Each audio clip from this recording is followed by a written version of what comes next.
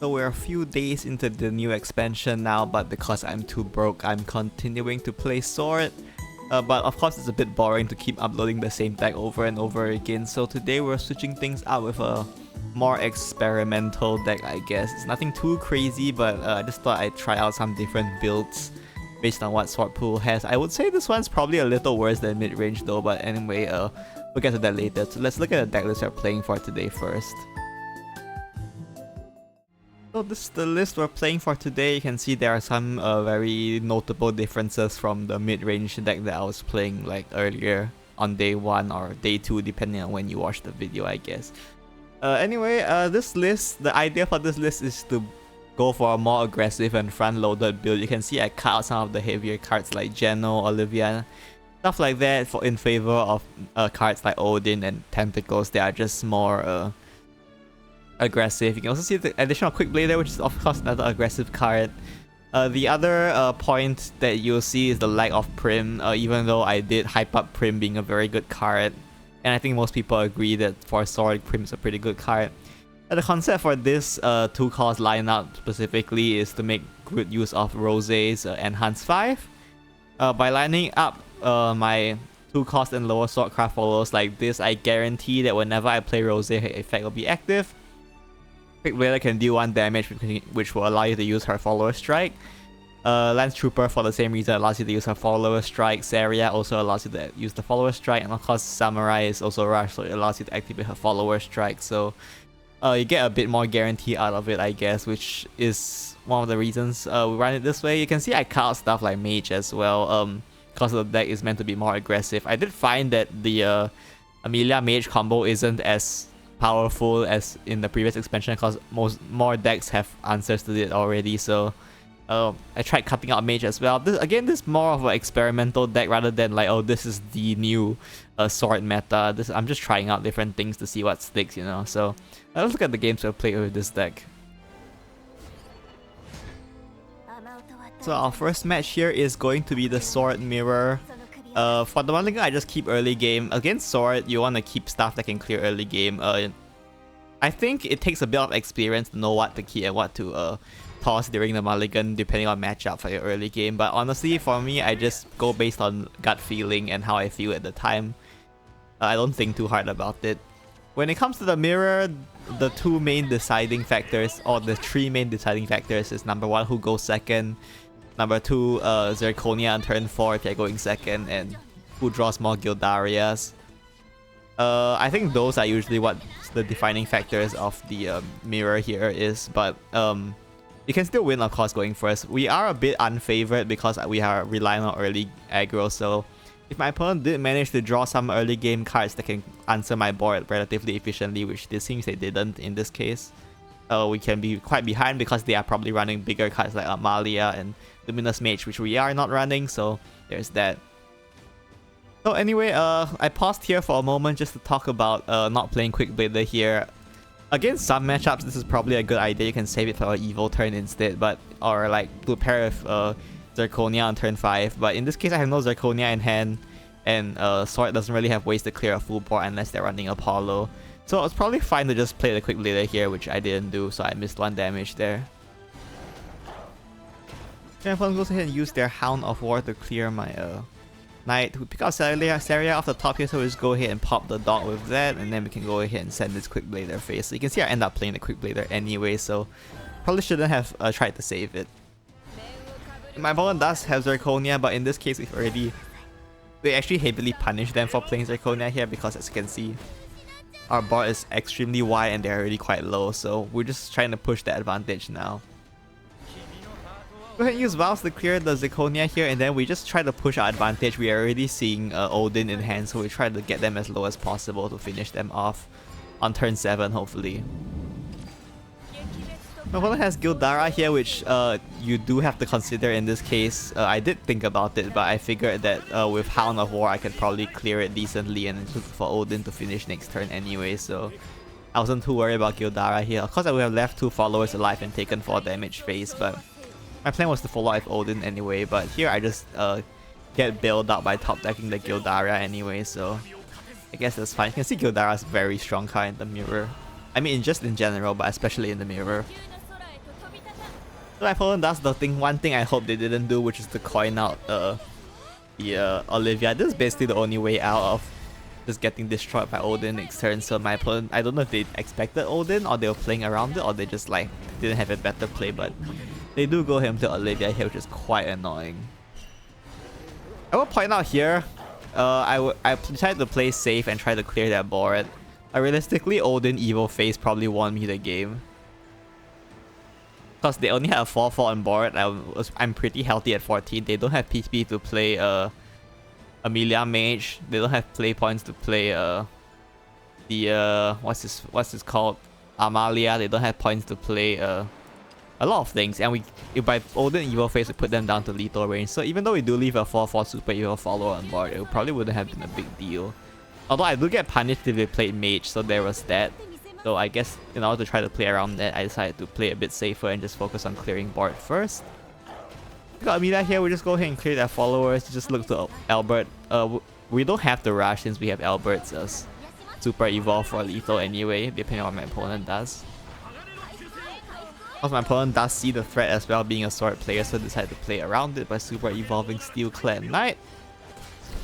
And, at this point, we are actually in a bit of an annoying position because as I mentioned before, they have much more hand cards and they have better late game cards than we do because we are running a more aggressive front-loaded variant. Unfortunately, we see a way out here if we calculate. Once you see your opponent is out of evil points especially, you should be looking to board lock them because it's a pretty easy punish with not a lot of outs. So you can see our opponent has 11 damage on board. Now I could actually just pass here and I mean I wouldn't die, but like I wouldn't be able to finish that next turn. So I need to figure out an answer for this Steel Clad Knight. And thankfully we do pick up Vows off the top here, so we just go ahead and set up Vows here. There are of course a few punishes for this, but not a lot. And we super evolve the Vows to play around Albert and Hans. You can see even Albert and Hans here is just barely not lethal. It puts us as 1, so that's what we were calculating. The main punishes here are like Urias and the Divine Thunder, I guess. That's about it. I don't really think there's anything else they could have played here that would have altered. Oh, Centaur as well, but I think most people aren't running Centaur anymore. In this case, my opponent was playing the spell, which allowed them to deal damage to my Vows but not finish it. So this turn I can come back with the Albert. And you can see I had super evil point left over as well.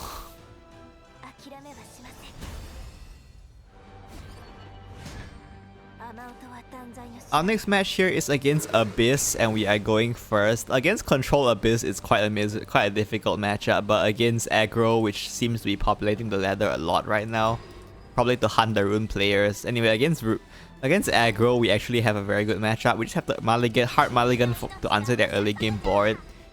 And the way Aggro Abyss works is that they don't really have good ways to clear our board while going face. They either go face or clear board since most of their damage comes from storm effects. So what we can do, since we have a very strong early game, is we just answer their board and our followers naturally stick on board along the way. And we can keep poking them in the face that way and we can sort of out-aggro them, or look to do it. It's not a free matchup. It's definitely favored, but it's definitely not free because they have a decent amount of healing. If they manage to heal out of range to their Kerber's turn, it can be a bit difficult, so there's that to watch out for. For now, we just threaten them with board while clearing their followers so they can't hit me in the face. I think my opponent will go ahead and drop their Burial as well as their Bat. They will evolve the Burial to heal, which is quite annoying because we are trying to raise them here. We don't run a Apollo, so we have no way to clear these bats, which is slightly unfortunate. So we go ahead and evolve Zirconia here. Basically, we put the pressure on them to clear.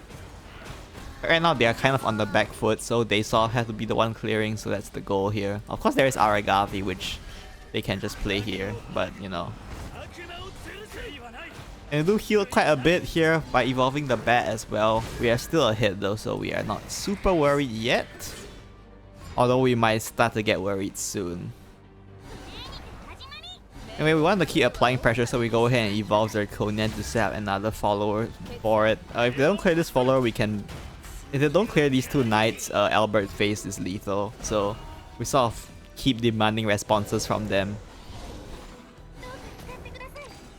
But we'll go ahead and summon their bats, and I guess they decided that they can't win this game without going face since their hand is quite thin, so they go ahead and just super evolve And then for some reason they don't go face after that, so I'm not sure what they were doing there, but anyway, we just go ahead and have a nice clear with Gildara here, and then my opponent runs out of gas. Even if they didn't run out of gas here, maybe they managed to clear Gildara or something. We were still pretty good with Alberts in hand, so I think this was a pretty won match, but anyway, my opponent just concedes here.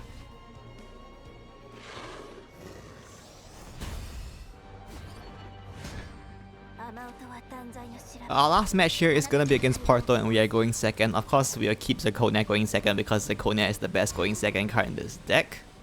And we just keep Quickblader to chip them down because we need to kill them as fast as we can, or we are extremely behind. Once we let them play Ralmia, the game is basically over, so we have to try to kill them before that.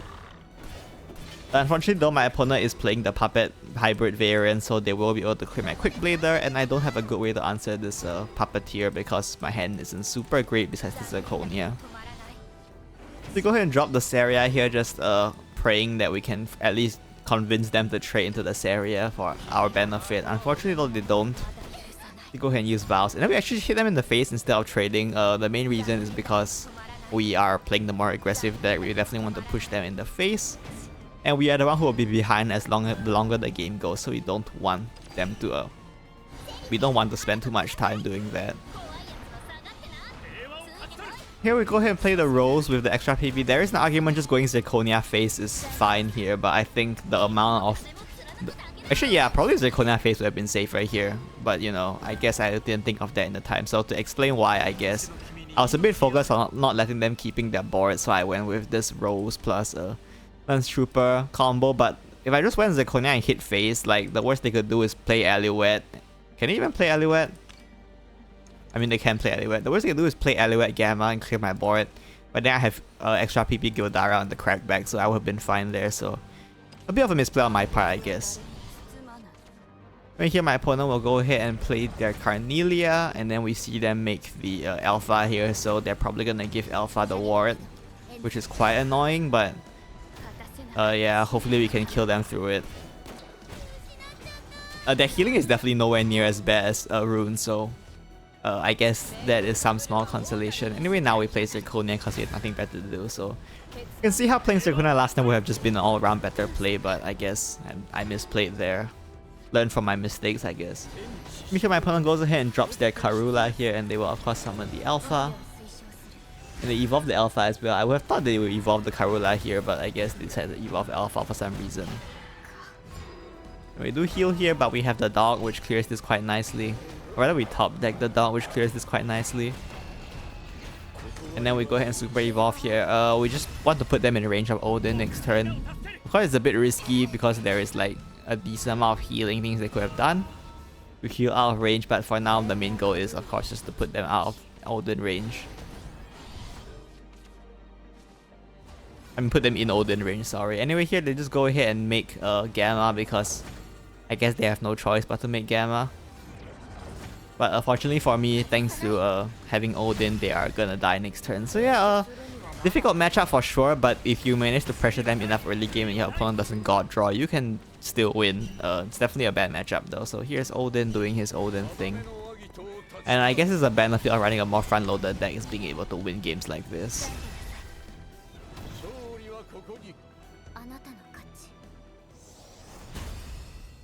So those are all the games I have for you today. Hopefully it gave you some idea of how this deck worked. I wouldn't say it's the best deck ever. A sword deck that runs out of steam towards the late game is a bit questionable, I think, considering the card pool sword has. But other than that, I mean, this deck is like decent at least. Like I climbed 2 and then maintaining AA diamond with this deck list, so it's not the worst deck ever. If you have these cards, you can probably give it a try yourself. Most of these are pretty staple in Sword anyway. Even Odin is starting to become a staple, I feel, in Sword. But yeah, I guess if you have these cards, you can try it yourself. Otherwise, I wouldn't recommend going out your way to craft this because I'm not that sure about Sword's ability to stay at the top of the meta game towards later on in the expansion when people start figuring out their decks. But anyway, yeah, pretty interesting concepts here, I feel, with the Rose guaranteed lineup. Of course, not having Prim is the downside. And yeah, hopefully you enjoyed this, and if you want to try this deck, I guess you can if you want. I'm not gonna stop you.